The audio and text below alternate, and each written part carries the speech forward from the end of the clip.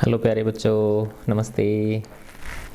बच्चों, इससे पहले वाले वीडियो में क्लास 11 फिजिक्स फर्स्ट चैप्टर 5 गति के नियम, लॉज ऑफ मोशन, उसमें हमने गति का जो प्रथम नियम है, जड़त्व का नियम, लॉ ऑफ इनर्शिया, उसके बारे में पढ़ा। तो उसमें दो चीज़ें होती हैं ना कि जब वस्तु स्थिर अवस्था में है तो भी उस पर जो नेट फोर्स होता है ना, नेट एक्सटर्नल जो फोर्स होता है, नेट बाह्य बल, वो शून्य होता है।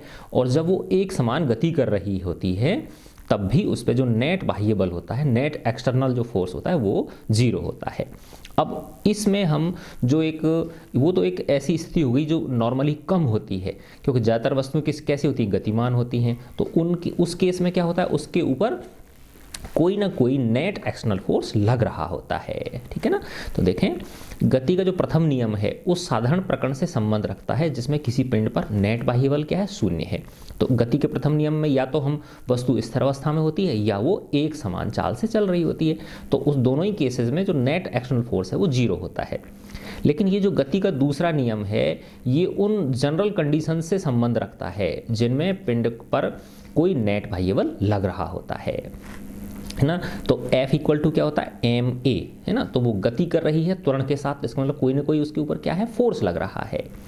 यह नियम नेट बाह्य बल और पिंड के त्वरण में संबंध दर्शाता है ना। तो F और A के मध्य जो है ना रिलेशन, और वो हम ये जो रिलेशन है F इक्वल टू ma, ठीक है ना। तो फोर्स और एक्सेलरेशन के बीच जो रिलेशन है वो इससे हमें पता चलता है। अब इसके अंदर एक बहुत ही इंपॉर्टेंट क्वांटिटी है जिसका नाम है संवेग, मोमेंटम, ठीक है ना, MOMENTUM, है ना। देखो, इसमें आपकी बुक में बहुत ही प्यारे तरीके से इसको समझा रखा है ना। अब हम सबको पता है कि संवेग क्या होता है, द्रव्यमान गुणा वेग होता है, M × V। तो इसमें बहुत छोटी छोटी इंटरेस्टिंग जो है ना चीज़ों को लेके समझाया हुआ है इसको। तो किसी पिंड के संवेग को उसकी संहति मास जो होता है m और उसके वेलोसिटी v के गुणनफल द्वारा परिभाषित करते हैं हम। इसे p द्वारा रिप्रेजेंट किया जाता है। तो p इक्वल टू mv। संवेग सदिश राशि है। दैनिक जीवन के निम्नलिखित साधारण अनुभव जो हमें ये नीचे दे रखे हैं, इन पर अनुभव में पिंडों की गतियों पर बलों के प्रभाव का विचार करते समय हमें संवेग के महत्व का पता चलता है कि कितना इंपॉर्टेंट है ये, है ना। जैसे ऐसे समझो, इसमें दिखा रखा है कि एक छोटी वाहन है, जैसे कार है, और एक बड़ा ट्रक है, ठीक है ना। अब उनको अगर आप धक्का देके धकेलना चाहो, है ना, तो देखो कार जो है वो आसानी से धकेल लोगे आप उसको, लेकिन ट्रक को धकेलना संभव नहीं है। तो कई सारे आदमी आपको लगाने पड़ेंगे, यानी ज़्यादा बल आपको लगाना पड़ेगा, ठीक है। फिर माना ऐसे समझो आप कि दोनों ही कार और ट्रक दोनों माना 5 मीटर पर सेकंड के वेग से चल रहे हैं। अब आप उनको रोकना चाहते हो तो कार को आसानी से रोक लोगे बनस्पत किसके, ट्रक के, ठीक है ना। तो चूंकि ट्रक का द्रव्यमान ज़्यादा है ना, तो उतना ही समान वेग देने के लिए ट्रक को हमें क्या देना पड़ेगा, ज़्यादा फोर्स लगाना पड़ेगा। वैसे ही जब वो समान चाल से चल रहे हैं ट्रक और कार दोनों, तो ट्रक को रोकने के लिए हमें ज़्यादा बल लगाना पड़ेगा, विपरीत दिशा में ज़्यादा बल लगाना पड़ेगा, क्योंकि ट्रक का द्रव्यमान क्या है, बहुत ज़्यादा है कार के कंपेरिजन में, ठीक है ना। नॉर्मली हम कार को 200-300 किलो की मानते हैं और ट्रक जो है वो करीब 7-8-10 टन के बराबर होता है, ठीक है, 7000 kg के करीब होता है वो, ठीक है। अच्छा, ये इसमें समझा दिया। फिर दूसरा उदाहरण इन्होंने ये दिया है, देखो कि यदि दो पत्थर, एक हल्का और एक भारी है ना, उनको एक बिल्डिंग से गिराया, कोई माना 10 मंजिल की बिल्डिंग से गिराया, ठीक है ना, और वो दोनों ऐसे समझो आपके जब वो नीचे आएंगे, धरती पे टकराएंगे, तो जो हल्का पत्थर है उसको तो लपक सकते हैं हम, लेकिन भारी पत्थर को लपकना क्या होगा, हमारे हाथ ही टूट जाएंगे, है ना, क्योंकि देखो वो दोनों एक ही उससे गिराए थे, एक ही ऊंचाई से गिराए थे, तो दोनों का वेग धरती पे आते समय क्या होगा, समान होगा, लेकिन चूंकि उनका द्रव्यमान क्या है, अलग अलग है ना। तो देखो ये कहाँ पहुंचना चाह रहा है, ये संवेग पे पहुंचना चाह रहा है। अभी पहले द्रव्यमान की बात करेगा, फिर ये वेग की बात करेगा, है ना। फिर इन दोनों जो क्वांटिटी हैं इनसे क्या निकलता है, संवेग निकलता है। फिर संवेग में परिवर्तन को किससे रिलेट करेगा, ये बल से रिलेट करेगा, क्योंकि जो न्यूटन की गति का दूसरा नियम है वो क्या कहता है, संवेग में परिवर्तन की दर लगाए गए बल के अनुक्रमानुपाती होती है, ठीक है ना। तो ये सेकंड ये समझा दिया। फिर अब ये कह रहा है, विचार करने योग्य एक अन्य महत्वपूर्ण प्राचल है चाल, है ना। अब स्पीड पे आ गया। देखो इन दो फर्स्ट जो एग्जाम्पल्स थे 2, इससे ये मास के बारे में, मास की इंपॉर्टेंस को बताया इसने कि ट्रक का और कार के मास में डिफरेंस है, तो इसलिए ट्रक को कार के कंपैरिजन में एक वेलोसिटी देना के लिए हमें ज़्यादा बल लगाना पड़ेगा। ऐसे ही उसको रोकने के लिए ज़्यादा बल लगाना पड़ेगा ट्रक को बनस्पत कार के, है ना, बजाय कार के। ऐसे ही अगर सेम उसको जब इससे सेम ऊंचाई से गिराओगे तो छोटे पत्थर को आसानी से लपक लोगे, बड़े पत्थर को लपकने में बहुत दिक्कत होगी, ठीक है ना। फिर अब ये कह रहा है कि विचार करने योग्य एक अन्य महत्वपूर्ण प्राचल है चाल। प्राचल का मतलब एक फैक्टर, पैरामीटर बोल लो, फैक्टर बोल लो, है ना, ये स्पीड है ना। बंदूक से, हाँ अब देखो जैसे ऐसे समझो आप कि सेम द्रव्यमान की कोई गोली है ना, माना 10 ग्राम की कोई गोली है।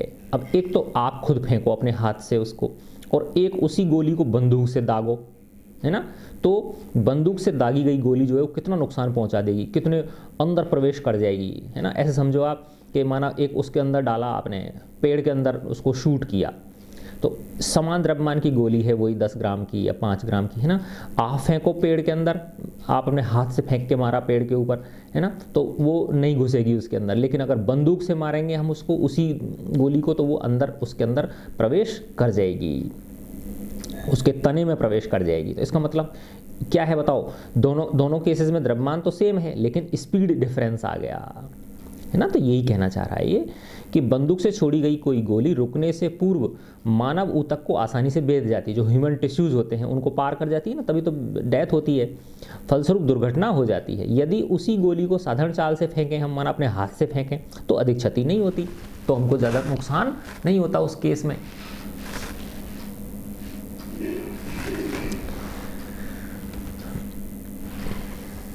तो उस केस में हमको ज़्यादा नुकसान नहीं होता है। अतः किसी दी हुई संहति के लिए, है ना, अब देखो ये मास कांस्टेंट कर दिया इसने, है ना, किसी दी हुई संहति के लिए, संहति किसको बोलते हैं, मास को बोलते हैं। यदि चाल अधिक हो तो एक निश्चित समय अंतराल में रोकने के लिए अधिक परिमाण के विरोधी बल की आवश्यकता होगी, या यूँ कि उसको निश्चित समय अंतराल में एक वेग देने के लिए ज़्यादा बल की आवश्यकता होगी। साथ साथ लेने पर, अब जब इनको दोनों को साथ ले लेते हैं हम, द्रव्यमान को और वेग को, तो संहति और वेग का जो गुणनफल है ना, इन दोनों का जो प्रोडक्ट है, अर्थात संवेग, प्रत्यक्ष रूप से गति का एक प्रासंगिक चर है ना, ये एक बहुत ही रिलेवेंट वेरिएबल है। यदि अधिक संवेग परिवर्तन की आवश्यकता है तो लगाने के लिए अधिक परिमाण के बल की जरूरत होगी, ठीक है ना। अगर आप ज़्यादा संवेग में परिवर्तन चाहते हो तो आपको ज़्यादा बल की जरूरत पड़ेगी, ठीक है ना। जैसे एम से आप एम करना चाहते हो, द्रव्यमान सेम है, ठीक है ना, द्रव्यमान क्या है, दोनों का सेम है। तो u से v करना चाहते हो, यानी पहले कम वेग है बाद में बढ़ाना चाहते हो, तो आपको ज़्यादा बल लगाना पड़ेगा, है ना। या सेम उसकी है, क्या नाम है, सेम वेलोसिटी से चलाना चाहते हो आप, लेकिन द्रव्यमान अलग अलग हैं, ठीक है ना, जैसे ट्रक और कार के केस में था, है ना। तो फिर जो जिसमें ज़्यादा द्रव्यमान है उसको एक पर्टिकुलर वेग देने के लिए आपको ज़्यादा बल की जरूरत पड़ेगी, ठीक है ना।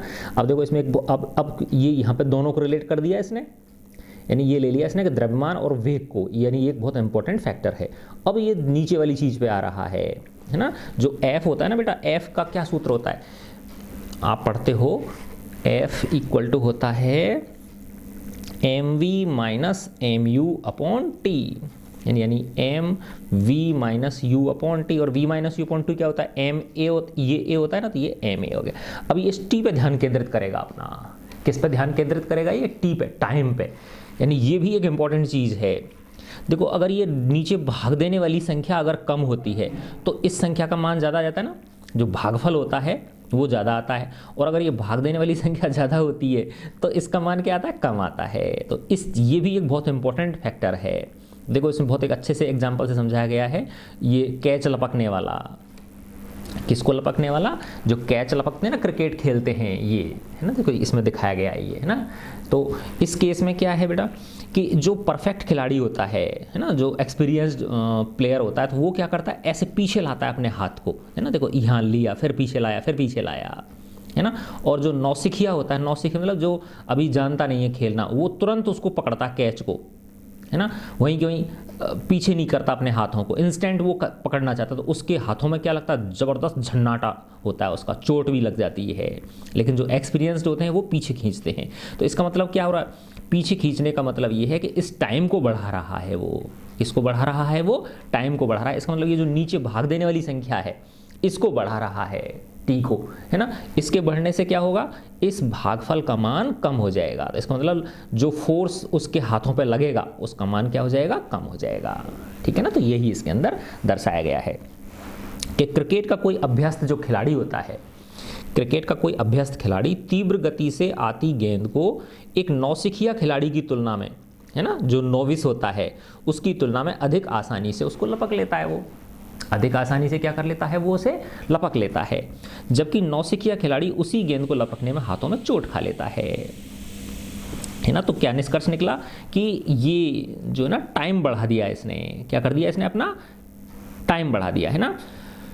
तो यही इसमें समझाया। देखो, गेंद को तत्क्षण रोकने के लिए उसे अपेक्षाकृत काफ़ी अधिक बल लगाना पड़ता है, फलस्वरूप उसके हाथों में चोट लग जाती है। इससे निष्कर्ष निकलता है कि बल केवल संवेग परिवर्तन पर ही निर्भर नहीं करता, बल्कि इस बात पर भी निर्भर करता है कि कितनी तीव्रता से यह परिवर्तन किया जा रहा है ना। यानी टाइम का फैक्टर भी इसमें आ गया कि कितनी जल्दी आप ये कराना चाहते हो। तो समान संवेग परिवर्तन यदि अपेक्षाकृत कम समय में किया जाए, है ना, जैसे ऐसे समझो आप, वही कोई वस्तु है ना, अगर माना 5 सेकंड के अंदर आप इसको 10 मीटर पर सेकंड का वेग देना चाहो और वही सेम 5 सेकंड के अंदर उसको 20 मीटर पर सेकंड का वेग देना चाहो, है ना, तो 20 मीटर पर सेकंड का वेग देने के लिए आपको ज़्यादा बल लगाना पड़ेगा, सीधी सी बात है। क्योंकि समान संवेग परिवर्तन मतलब समान संवेग परिवर्तन किस में कराना चाह रहे हो आप, कम समय में कराना चाह रहे हो। ठीक है ना। यानी पहले, हाँ ऐसे देखो, मैं समझाता हूँ आपको यहाँ पे कि 5 सेकंड के अंदर आप 10 मीटर पर सेकंड से और 20 मीटर पर सेकंड करना चाहते हो वेलोसिटी को, ठीक है ना। और अब माना दूसरी स्थिति में आप 2 सेकंड के अंदर करना चाहते हो, 10 मीटर पर सेकंड से और 20 मीटर पर सेकंड करना चाहते हो। तो देखो, संवेग परिवर्तन तो समान रहा कि नहीं रहा, है ना, क्योंकि उसका मास फिक्स है और u और v फिक्स है, लेकिन टाइम चेंज हो गया। 5 सेकंड था पहली स्थिति में, दूसरी सेकंड में क्या हो गया, t 2 सेकंड हो गया, है ना। तो भाग देने वाली संख्या कम है तो भागफल का मान क्या हो जाएगा, ज़्यादा हो जाएगा। तो इसका मतलब ज़्यादा बल की जरूरत पड़ेगी, सीधी सी बात है ना। कोई वस्तु है उसको आप धकेलना चाहते हो तो कम समय में धकेलना चाहते हो तो ज़्यादा बल लगाना पड़ेगा, सीधी सी बात है ये, ठीक है ना। तो समान संवेग परिवर्तन यदि अपेक्षाकृत कम समय में किया जाए, किसमें किया जाए, कम समय में किया जाए, तो अपेक्षाकृत अधिक बल लगाने की आवश्यकता हमको होती है। संक्षेप में, संवेग परिवर्तन की दर अधिक है तो बल अधिक होता है ना। तो क्या रिलेशन निकल के आता है, F इक्वल टू प्रपोर्शनल बोल लो mv minus mu upon t। तो देखो बड़ा कितने खूबसूरती से समझाया है इसने। पहले इसने m को देखा था, m को पकड़ा था, फिर इसने वेग को पकड़ा, फिर इसने टाइम को पकड़ा, फिर इस तीनों को कर दिया, ठीक है ना। अच्छा, अब देखो ये इस पे आ जाते हैं अपन। एक अत्यंत महत्वपूर्ण प्रेक्षण ऑब्जर्वेशन इस तथ्य की पुष्टि करता है कि संहति तथा वेग के गुणनफल m तथा v का जो प्रोडक्ट है, अर्थात संवेग ही गति पर बल के प्रभाव का मूल है ना। तो बल के प्रभाव का मूल क्या है, संवेग, है ना, यानी संहति तथा वेग का जो गुणनफल है यही गति पर बल के प्रभाव का मूल है। मान लीजिए विभिन्न संहतियों के दो पिंड, विभिन्न मास के जो दो बॉडी हैं को आरंभ में विरामावस्था में है वो, पर कोई निश्चित बल एक निश्चित समय अंतराल लगाया जाता है। हल्का पिंड अपेक्षाकृत भारी पिंड की तुलना में अधिक चार्ज ग्रहण कर लेता है, परंतु समय अंतराल में, है ना, परंतु समय अंतराल के अंत में प्रेक्षण यह दर्शाते हैं कि प्रत्येक पिंड समान संवेग उपार्जित करता है। देखो ऐसे समझो आप इसको कि माना एक 5 किलोग्राम की कोई वस्तु है, कितने की है, 5 किलोग्राम की है, और दूसरी 10 किलोग्राम की वस्तु है ना, कितनी है, 10 किलोग्राम की वस्तु है। अब माना इन दोनों को आपने समान बल से, है ना, और 10 सेकंड के लिए धकेला। किसके लिए धकेला, 10 सेकंड के लिए, इसको भी 10 सेकंड के लिए, इसको 10 सेकंड। तो देखो ये ज़्यादा वेग प्राप्त कर लेगी, है ना, ये क्या कर लेगी, ज़्यादा वेग। माना इसने 6 मीटर पर सेकंड का वेग प्राप्त कर लिया और ये माना 3 मीटर पर सेकंड का वेग प्राप्त करता है, ठीक है ना। तो जब इनका प्रोडक्ट करोगे आप, द्रव्यमान इंटू वेग करोगे, तो 5 6 की 30 मीटर पर सेकंड, है ना, 30 किलोग्राम मीटर पर सेकंड हो गया, और इसका भी 10 दिया 30 किलोग्राम मीटर पर सेकंड हो गया, है ना। तो यही कहना चाह रहे हैं ये, है ना, कि लेकिन समय अंतराल के अंत में प्रेक्षण यह दर्शाते हैं कि दोनों पिंडों का जो संवेग है वो क्या होता है, समान होता है ना। तो इस प्रकार समान समय के लिए लगाया गया समान बल विभिन्न पिंडों में समान संवेग परिवर्तन करता है ना। प्रोडक्ट जो है वो सेम रहता है दोनों का, मास का और वेलोसिटी का। यह गति के द्वितीय नियम का प्रामाणिक मार्गदर्शक सिद्धांत है। पिछले प्रेक्षणों में संवेग का सदिश चरित्र अर्थपूर्ण नहीं था। अब इसमें क्या था, अब अभी तक जो बातें करी हमने कि जिस दिशा में हमारा वेग है ना, वेग संवेग है, उसी दिशा में परिवर्तन हो रहा है। अब माना वो दिशाएं दोनों अलग अलग हैं, ये कहना चाह रहा है ये, है ना। देखो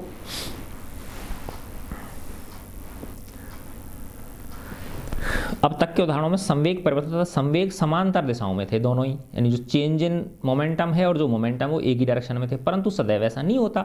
मान लीजिए किसी डोरी द्वारा एक पत्थर को आप क्षैतिज समतल में एक समान चाल से घुमा रहे हो, इस तरह से घुमा रहे हो आप उसको, जैसे ये दिखाया गया है इसने, है ना, ऐसे घुमा रहे हो आप उसको।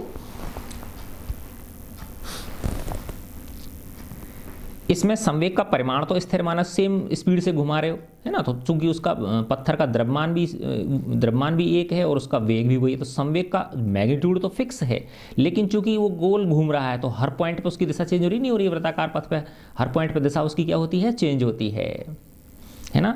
तो संवेग सदिश में यह परिवर्तन करने के लिए, है ना, अब संवेग जो वेक्टर है उसमें अपन को चेंज करना पड़ रहा है दिशा की वजह से, तो उसकी वजह से बल की आवश्यकता होती है। देखो कितनी अच्छी बात है ये, ऐसे समझो आप कि 5 मीटर पर सेकंड के वेग से, ठीक है ना, अगर आप किसी पिंड को एक समान उससे चलाना चाह रहे हो, सीधी रेखा में गति कराना चाह रहे हो आप इसको, ठीक है ना, तो क्या होगा, हमें किसी बल की आवश्यकता नहीं होगी। क्यों नहीं होगी, नेट एक्शनल फोर्स की आवश्यकता नहीं होगी, ध्यान रखना ये, है ना, क्योंकि उसमें एक्सेलरेशन क्या है, 0 है, क्योंकि 5 मीटर पर सेकंड की स्थिर चाल से आप उसे चलाना चाह रहे हो। लेकिन अगर उसी वस्तु को अगर आप वृत्ताकार पथ पे घुमाना चाह रहे हो, है ना, तो चूंकि वृत्ताकार पथ के प्रत्येक बिंदु पे कण की दिशा क्या होती है, बदलती रहती है, तो इसलिए एक्सेलरेशन आ गया। अब एक्सेलरेशन आ गया, इसका मतलब आपको F इक्वल टू क्या होता है, ma होता है, तो इसका मतलब F लगाना पड़ेगा, तो ठीक है ना। तो इसीलिए ये जब इसको घुमाते हैं हम पत्थर को, तो हमें डोरी अंदर की ओर खिंचाव रखनी पड़ती है, अंदर की डोरी को क्या रखना पड़ता है, खींच के हमको रखना, तभी वो वृत्ताकार पथ पे घूम पाती है, ठीक है ना। तो एक समान चाल से पत्थर को घुमाने के लिए भी हमको वृत्ताकार पथ पे अगर हम घुमाना चाहते तो भी हमको बल की जरूरत होती है। ये चीज इसमें बताई गई है, ठीक है ना। यह बल डोरी से होकर पत्थर को हमारे हाथों द्वारा प्रदान किया जाता है। अनुभवों से यह संकेत मिलता है कि यदि पत्थर को अपेक्षाकृत अधिक, हाँ अब देखो इसमें 2 चीज़ और हैं कि अगर ज़्यादा वेलोसिटी से, ज़्यादा स्पीड से घुमाओगे या छोटी त्रिज्या के वृत्त में घुमाओगे, तो दोनों ही स्थिति में हमारे हाथों द्वारा अधिक बल लगाने की जरूरत होगी, ठीक है ना।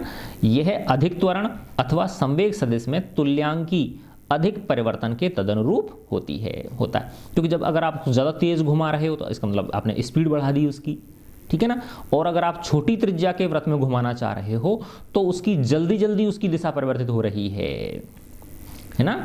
तो संवेग सदिश के में तुल्यांकी अधिक परिवर्तन हो रहा है उसके अंदर, ठीक है ना। इससे यह संकेत मिलता है कि संवेग सदिश में अधिक परिवर्तन करने के लिए हमको अधिक बल लगाने की जरूरत होती है, क्योंकि जब छोटी त्रिज्या के पथ पे आप घुमा रहे हो तो आपको जल्दी जल्दी उसके सदिश में क्या करना पड़ता है, संवेग सदिश में आपको परिवर्तन करना पड़ रहा है, ठीक है। तो अधिक बल की हमको आवश्यकता होगी। ये गुणात्मक प्रेक्षण हमें गति के द्वितीय नियम की ओर ले जाते हैं। देखो अब इसने कितने ब्यूटीफुली एक्सप्लेन किया है इस चीज़ को, है ना। देखो सबसे पहले एम के बारे में बातें करी, फिर वेलोसिटी के बारे में बातें करी, फिर टाइम के बारे में बातें करी इसने, है ना। फिर बताया कि संवेग क्या है, एक टाइम अंतराल में कांस्टेंट रहता है, ठीक है ना, अगर समान बल आरोपित कर रहे हो तो, ठीक है।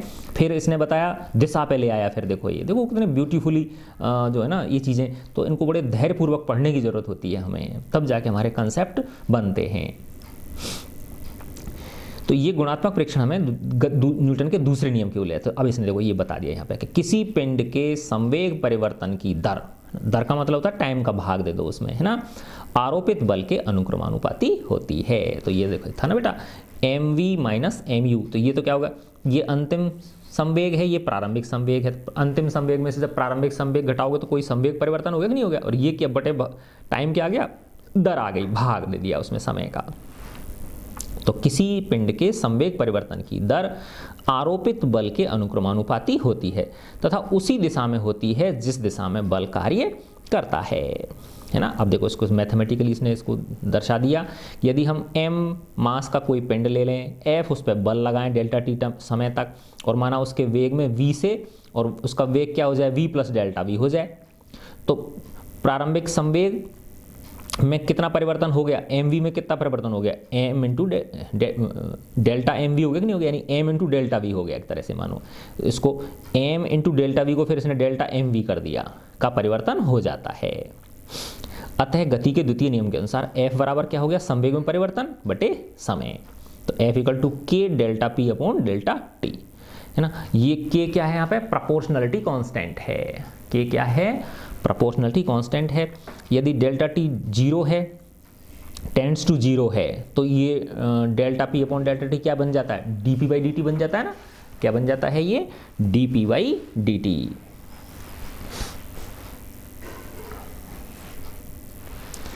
तो t के सापेक्ष बोल लो, आपेक्ष बोल लो, p का अवकलक अथवा अवकल गुणांक बन जाता है, जिसे dp बाई dt द्वारा रिप्रेजेंट करते हैं। तो f इक्वल टू हो गया k dp बाई dt, है ना। अगर मास फिक्स है इसका तो dp बाई dt क्या हो गया, d by dt mv, m constant तो बाहर निकाल लेंगे इसको, तो m d बाई dt, और ये क्या हो गया m इंटू a। अर्थात द्वितीय नियम को इस प्रकार भी लिख सकते हैं, f equal to k m a। k क्या है, एक कांस्टेंट है जो यह दर्शाता है कि बल F मास तथा त्वरण एक्सेलरेशन के गुणनफल के अनुक्रमानुपाती होता है। हमने बल का मात्रक नीला, है ना, तो इस k को 1 मान लिया, मास किलोग्राम में, ये मीटर पर सेकंड स्क्वायर, तो किलोग्राम मीटर पर सेकंड स्क्वायर, ये इसका निकल के आ जाता है।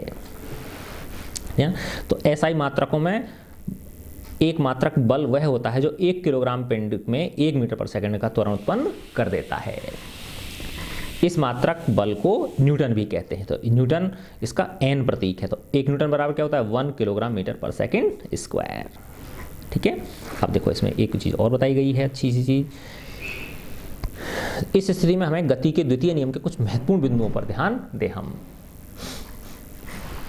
देखो गति के, हाँ अब देखो अगर F 0 है ना, तो क्या हो जाएगा, A 0 हो जाएगा, है ना। इसका मतलब वस्तु अगर विरामावस्था में है तो विरामावस्था में रहेगी, एक समान चाल से चल रही तो एक समान चाल से चल रही। तो वही बात, पहला नियम आ गया कि नहीं हो गया, कि अगर एक्सटर्नल फोर्स 0 है तो वो अगर विरामावस्था में तो विरामावस्था में रहेगी, और अगर एक समान चाल से चल रही है तो एक समान चाल से ही चलती रहेगी।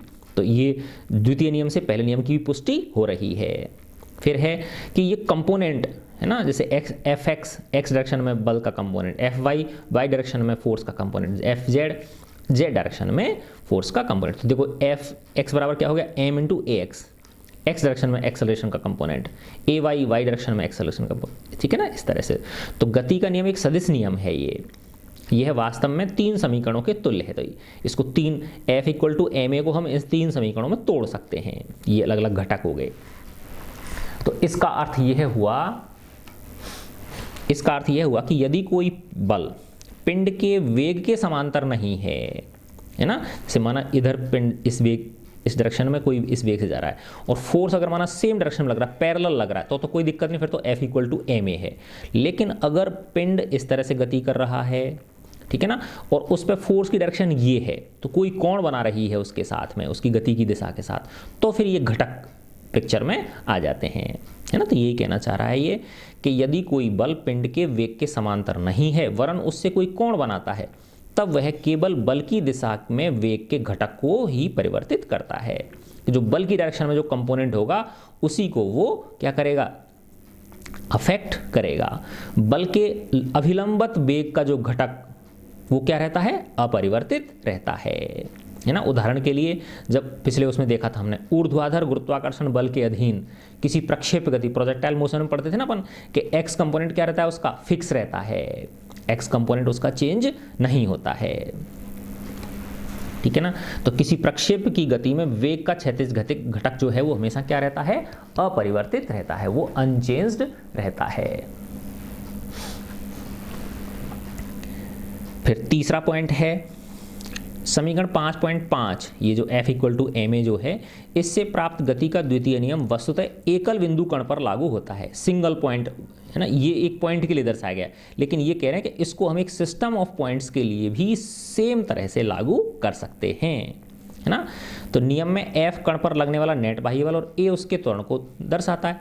फिर भी इस नियम में यदि इस नियम को इसी रूप में दृढ़ पिंडों, रिजिड बॉडीज, अथवा यहाँ तक कि व्यापक रूप में कणों के एक निकाय, सिस्टम ऑफ पार्टिकल्स पर भी हम लागू कर सकते हैं। उस अवस्था में F का उल्लेख निकाय पर लगने वाले कुल बल, है ना, उस सिस्टम पर लगने वाले कुल एक्सटर्नल फोर्स को दर्शाता है, और A का उल्लेख समय समस्त निकाय के त्वरण, यानी पूरे उस सिस्टम के त्वरण के लिए, है ना। अगर हम एक सिस्टम पे मान के चल रहे हैं इसको, तो F जो है वो पूरे सिस्टम के ऊपर लगने वाला एक्सटर्नल फोर्स हो गया, और जो A है उस पूरे सिस्टम का एक्सेलरेशन हो गया। तो अधिक यथार्थता से अगर हम कहें तो A निकाय के संहति केंद्र का, उसके जो सेंटर ऑफ मास है उसका एक्सेलरेशन है ये, जिसके बारे में हम आगे पढ़ेंगे। और निकाय में किन्हीं आंतरिक बलों को F में सम्मिलित नहीं किया जा सकता, क्योंकि आंतरिक बल एक दूसरे को क्या करते हैं, कैंसिल कर देते हैं। तो सिर्फ और सिर्फ हम एक्सटर्नल फोर्सेस को ही इसमें लेते हैं, वस्तु पर, पिंड पर, या निकाय पर, पिंड निकाय पर लगने वाले कुल एक्सटर्नल फोर्सेस को ही हम काउंट करते हैं। फिर देखो ये चौथा पॉइंट इसमें ये समझाया गया, जैसे एक ये है ना, चलती हुई ट्रेन में से कोई पत्थर पटका, तो देखो जिस समय इस महिला ने उसको, महिला या पुरुष जो भी है, इसने इसको हाथ में पकड़ रखा है, तब तक तो ये क्या है, इस ट्रेन की चाल से ही चल रहा है, ठीक है ना। जैसे ही इसने पटका तो ये पिछली भूल जाएगा कि मैं इस ट्रेन में भी था, है ना। फिर सिर्फ और सिर्फ इस पे ग्रेविटेशनल फोर्स लगेगा नीचे की ओर, है ना। इसीलिए देखो इस तरह से प्रोजेक्टाइल की तरह नीचे की तरफ आएगा, है ना। तो यानी प्रीवियस हिस्ट्री को ये क्या करता है, भूल जाता है ना। यही बताने की इसमें कोशिश की गई है। तो गति का द्वितीय नियम एक स्थानीय संबंध है, लोकल रिलेशन है। ये क्या है, ये एक लोकल रिलेशन है। इसका यह अर्थ है कि समय के किसी निश्चित क्षण पर समष्टि में किसी बिंदु कण की अवस्थिति पर लगा बल उसी क्षण उसी बिंदु पर त्वरण A से संबंधित है। तो यानी किसी पॉइंट ऑफ टाइम पर जो फोर्स है वो उस पॉइंट ऑफ टाइम के एक्सेलरेशन से ही संबंधित है, अर्थात किसी कण के त्वरण का निर्धारण उसी समय पर उस पर लगे बल द्वारा किया जाता है, कण की गति के किसी भी इतिहास द्वारा नहीं, यानी पहले की हिस्ट्री से इसका कोई रिलेशन नहीं होता है। ठीक है बच्चों, अब इसमें एक और छोटी सी एक टर्म आती है जिसको बोलते हैं हम आवेग, इम्पल्स। क्या बोलते हैं, इम्पल्स बोलते हैं। ये देखो है ना, आवेग, आवेग को इंग्लिश में क्या बोलते हैं, इम्पल्स, IMPULSE, इम्पल्स। कभी कभी हमारा सामना ऐसे दृष्टांतों से होता है जिसमें किसी पिंड पर कोई बाह्य बल बहुत कम टाइम के लिए लगता है ना, बहुत कम समय के लिए कार्यरत रहकर उस पिंड के संवेग में परिमित परिवर्तन उत्पन्न कर देता है ना। जैसे आपने किसी गेंद को दीवार से टकराया और वो वापस हो गई, है ना। तो देखो पहले उसकी डायरेक्शन ये थी, फिर वापस टकरा गई, तो संवेग में परिवर्तन आ गया कि नहीं आ गया, है ना। और एक तरह से पहले ऐसे थी फिर वापस नेगेटिव, तो माइनस माइनस इस तरह से, तो डबल माइनस हो गया कि नहीं हो गया, है ना। जैसे ऐसे समझो आप, ये इस डायरेक्शन में थी ये, है ना, 5 मीटर पर सेकंड के वेग से, और फिर वापस माना 5 मीटर पर सेकंड के वेग से इधर की तरफ लौट गई ये किसी दीवार से टकरा के। तो इसके संवेग में परिवर्तन कितना आया, देखो m तो फिक्स है इसका, है ना, माना ये 2 किलोग्राम द्रव्यमान की क्या है, वस्तु है ना। तो m और अंतिम संवेग क्या हो गया इसका, तो 2 इंटू -5 हो गया, क्योंकि इस डायरेक्शन में -2 इंटू प्रारंभिक वेग कितना है इसका, 5, तो -10 और माइनस क्या हो गया, -20 मीटर पर सेकंड, है ना, किलोग्राम मीटर पर सेकंड हो गया, किलोग्राम मीटर पर सेकंड। ठीक है ना, तो इतना संवेग में परिवर्तन आ गया इसके। ठीक है ना, यही कहना चाह रहा है ये कि जब कोई गेंद किसी दीवार से टकराकर वापस परावर्तित होती है, वापस लौटती है, तब दीवार द्वारा गेंद पर लगने वाला बल बहुत कम समय के लिए, जितने की सिर्फ वो दोनों कांटेक्ट में हैं, है ना, कार्यरत रहता है। तो भी यह बल गेंद के संवेग को उत्क्रमित करने के लिए पर्याप्त होता है ना। एकदम उसके कितना, यानी थोड़ी सी देर के लिए लगा वो बल, सेकंड्स के लिए बिल्कुल, जितनी देर वो टकराई, लेकिन वो बल का मान इतना ज़्यादा है, तो वो जो बल है वही आवेग है कि उसने उसको क्या कर दिया, उसके संवेग में बहुत बड़ा परिवर्तन कर दिया, उत्क्रमित कर दिया, उसको रिवर्स कर दिया। तो प्रायः इन स्थितियों में बल तथा समयावधि को पृथक पृथक सुनिश्चित करना कठिन होता है। यानी फोर्स को नापना और टाइम को नापना क्या है, कठिन होता है, लेकिन हम संवेग में परिवर्तन को नाप सकते हैं। परंतु बल तथा समय के गुणनफल, जो कि पिंड का क्या है, संवेग परिवर्तन है, एक मापने योग्य राशि है। संवेग में परिवर्तन को हम नाप सकते हैं, क्योंकि पहले माना किस वेलोसिटी से आ रही थी और बाद में किस वेलोसिटी से वो जा रही है, तो वो हम कैलकुलेट करके उसका डिफरेंस निकाल सकते हैं। लेकिन हम फोर्स और टाइम को नहीं कर सकते। तो एक तरह से वो जो संवेग में परिवर्तन आया वो फोर्स इंटू टाइम के मल्टीप्लिकेशन को अपने आप ही शो कर देता है ना। तो इसी राशि को हम क्या बोलते हैं, आवेग बोलते हैं। तो आवेग क्या हो गया, बल इंटू समयावधि, है ना, या क्या हो गया, संवेग में परिवर्तन, है ना। एम यानी एफ बराबर क्या होता है, M V minus M U upon T, है ना। तो ये कि M V minus M U क्या है, संवेग में परिवर्तन, तो ये क्या हो गया, एफ इंटू टी हो गया कि नहीं हो गया, है ना। तो ये जो संवेग में परिवर्तन है ये आवेग कहलाता है, इम्पल्स, है ना। तो ये इम्पल्स क्या हो गया, force into time, force into time. परिमित संवेग परिवर्तन उत्पन्न करने के लिए कोई फाइनाइट, है ना, कोई एक निश्चित मान वाला संवेग उत्पन्न करने के लिए कम समय के लिए कार्यरत रहने वाले बड़े बल को, है ना, जो एक संवेग में परिवर्तन कर दे, है ना, और बहुत कम समय के लिए लगे, है ना, तो उस बड़े बल को हम क्या बोलते हैं, आवेगी बल बोलते हैं, इम्पल्स बोलते हैं। जैसे वो लगाते हैं ना, क्या नाम है, वो बर्फ को तोड़ देते हैं, सिल्ली को तोड़ देते हैं, या जो कराटे वाले होते हैं, है ना, वो उसको क्या नाम है, ईंट को तोड़ देते हैं। तो वही चीज़ है बेटा, वो बहुत कम समय में, है ना, एक बहुत बड़ा बल लगाते हैं, ठीक है ना। तो वो टाइम पीरियड, इसीलिए वो तेजी से चोट मारते हैं भयंकर, उससे तो वो टूट जाता है। तो यद्यपि विज्ञान में, इतिहास में आवेगी बलों को संकल्पनात्मक रूप से सामान्य बलों से अलग श्रेणी में रखा गया है। न्यूटनी यांत्रिकी में ऐसा कोई विभेदन नहीं है, ठीक है ना। अन्य बलों की भांति आवेगी बल भी केवल एक बल ही है, केवल यह बड़ा है और कम समय के लिए कार्यरत रहता है। बस इसकी ये विशेषता है कि जो इम्पल्स है ये इसकी जो मैग्नीट्यूड है वो क्या होता है, बहुत ज़्यादा होता है, और ये क्या लगता है, बहुत कम समय के लिए लगता है, ठीक है। अब अपन आते हैं न्यूटन की गति का तीसरा नियम, बहुत इंपॉर्टेंट है ये भी, है ना। तो देखो अपने कितने अच्छी तरह से पढ़ा, फर्स्ट नियम फिर दूसरा नियम, अब अपन आ जाते हैं किस पे, न्यूटन की गति का तीसरा नियम, ठीक है। देखो ये बहुत आसान है, क्या कहता है बेटा, ये देखो ऐसे समझो, ये माना कोई एक मेज़ है ना, इस पे माना ये 5 kg की कोई वस्तु रखी हुई है, कितने की, 5 kg, 5 किलोग्राम की, है ना। ये क्या है, कोई एक मेज़ है, ठीक है। तो जी अगर मैं 10 मान लेता हूँ, है ना, तो एम जी भार नीचे लग रहा है, नहीं लग रहा है इस पे, ठीक है ना, इस पिंड पे लग रहा है ना। तो 5 गुणा 10 करूँगा तो क्या हो गया, 50 न्यूटन हो गया, ठीक है ना। तो 50 न्यूटन का बल जो है पृथ्वी इस पिंड पे लगा रही, इस वस्तु पे लगा रही है ना। तो देखो यहाँ ये ध्यान रखने की कि हम सिर्फ अभी इस वस्तु की बात कर रहे हैं, तो इस वस्तु पर लगने वाले बलों को देखेंगे, इस वस्तु द्वारा लगने वाले बलों को नहीं देखेंगे। हम सिर्फ क्या देखेंगे, इस वस्तु पर लगने वाले बलों को। तो इस वस्तु पर देखो, एक तो पृथ्वी लगा रही है नीचे की ओर 50 न्यूटन का बल, प्लस ये जो जिस सतह के संपर्क में है, जिस टेबल पे रखी है, तो टेबल इसके ऊपर वापस उतना ही बल, अभिलंब प्रतिक्रिया बल ऊपर की ओर लगा रही है, और वो भी कितना होगा, 50 न्यूटन का होगा। तभी तो ये किस में है, बैलेंस में है, स्थिर अवस्था में है। इसका मतलब नेट फोर्स क्या है, 0 है। तो इसका मतलब 0 कब होगा, जब जितना नीचे लग रहा है उतना ही बल इस पे ऊपर की दिशा में लगेगा, ठीक है ना। तो देखो अब हम यहाँ किसको नहीं काउंट कर रहे, और बलों को काउंट नहीं कर रहे, हम सिर्फ इस पिंड पे लगने वाले बलों को देख रहे हैं, है ना। तो क्या हो गया कि देखो ये जो पृथ्वी है इस पे आकर्षण बल लगा रही है ना, 50 न्यूटन का, ठीक है।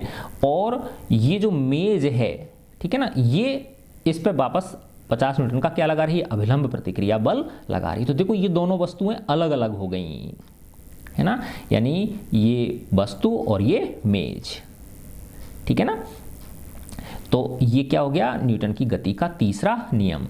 देखो बहुत ब्यूटीफुल इस तरीके से इसने इसको एक्सप्लेन किया है। गति का दूसरा नियम किसी पिंड पर लगने वाले बाह्य बल तथा उसमें उत्पन्न त्वरण में संबंध दर्शाता है। पिंड पर लगे बाह्य बल का उद्गम क्या है ना, कहां से, देखो इसके अंदर बहुत ही अच्छी चीज समझाई गई है एक, यानी ये कैसे पैदा हुआ, क्या उद्गम है इसका, स्रोत क्या है, कौन सा साधन बाह्य बल प्रदान करता है। न्यूटनी यांत्रिकी में इन प्रश्नों का उत्तर, सरल उत्तर यह है कि किसी पिंड पर लगने वाला बाह्य बल सदैव ही किसी अन्य पिंड के कारण होता है ना, एक्सटर्नल फोर्स बोलते हैं हम तभी तो उसको। तो दो पिंडों ए और बी के युगल पर, उनके जो कॉम्बिनेशन है, उनका जो पेयर है, उस पर विचार करते हैं हम। मान लीजिए पिंड बी पिंड ए पर कोई बाह्य बल लगाता है, तब यह प्रश्न भी स्वाभाविक है कि क्या पिंड ए भी पिंड बी पर कोई बाह्य बल लगाता है। यस, कुछ उदाहरणों में उत्तर स्पष्ट रूप से जान पड़ता है। यदि आप किसी कुंडलित कमानी है ना, जो स्प्रिंग होती है, उसको अपने हाथों से दबाएं तो वो कमानी आपके हाथों के बल से क्या होती है, संपीड़ित होती है, लेकिन वापस उल्टी दिशा में दबाती नहीं दबाती है वो। तो संपीड़ित कमानी भी प्रत्युत्तर में है ना, वो भी बदले में आपके हाथों पर बल आरोपित करती है। आप इस बल का अनुभव करते हैं, परंतु तब क्या होता है जब पिंड संपर्क में नहीं होते, है ना।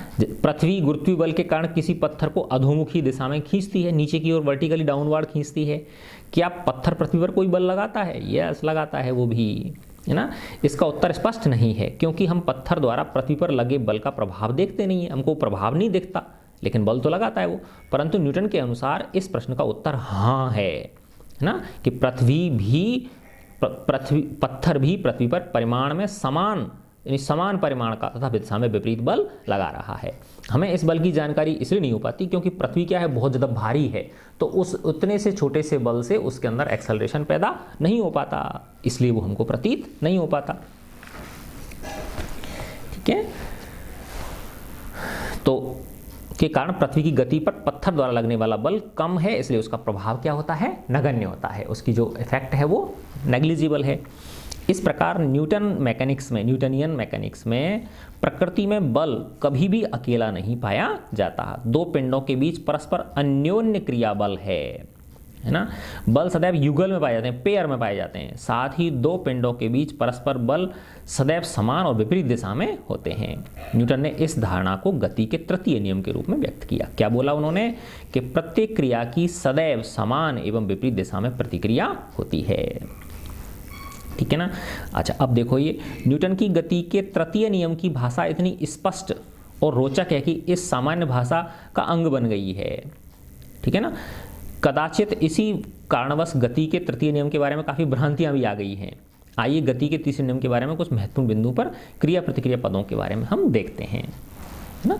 देखो इसमें ये बताया गया है कि गति के तृतीय नियम में पदों क्रिया और प्रतिक्रिया का अर्थ बल के अतिरिक्त कुछ भी नहीं है। यानी ये जो एक्शन रिएक्शन की बात होती है, सिर्फ फोर्स है ये, है ना, और कुछ नहीं है, ये सिर्फ और सिर्फ ये फोर्स हैं। एक ही भौतिक राशि के लिए विभिन्न पदों का प्रयोग कभी कभी भ्रमित कर सकता है। ठीक है ना। तृतीय नियम को सरल स्पष्ट भाषा में ऐसे बोल सकते हैं हम कि बल सदैव युगलों में पाए जाते हैं, पेयर में पाए जाते हैं।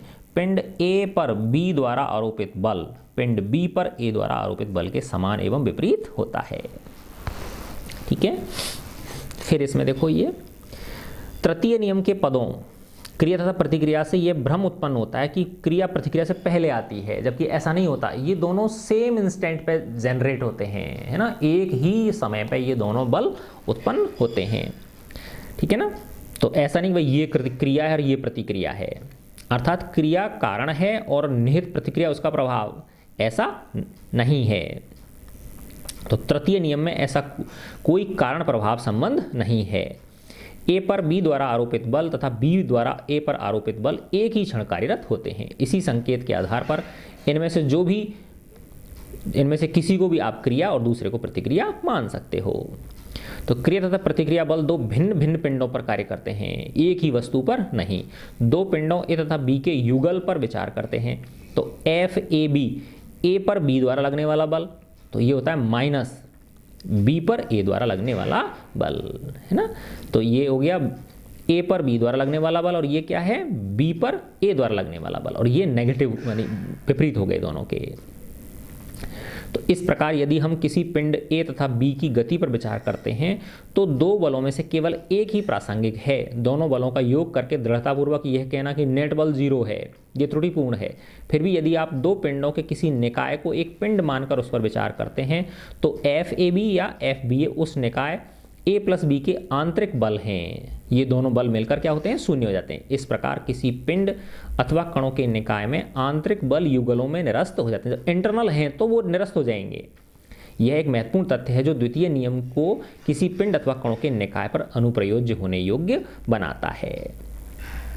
ठीक है ना। तो देखो एक सिंपल सा मैं तुम्हें दोबारा से इसको समझाता हूँ।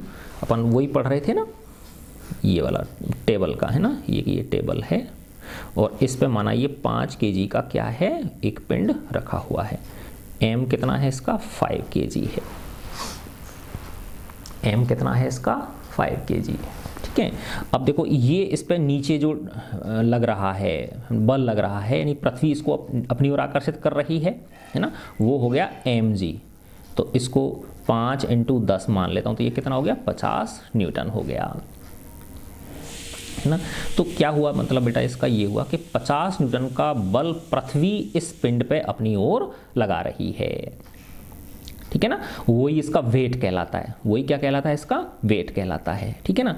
फिर देखो 50 न्यूटन का ही बल है ना, रिएक्शन फोर्स, ये जो टेबल है ना, ये जो टेबल है ये किस पे लगा रही है, इस पिंड पर लगा रही है ना। उसको बोलते हैं हम R, और वो भी कितना है, 50 न्यूटन ही है। तभी जाके ये पिंड किस में है, विरामावस्था में रुका हुआ है।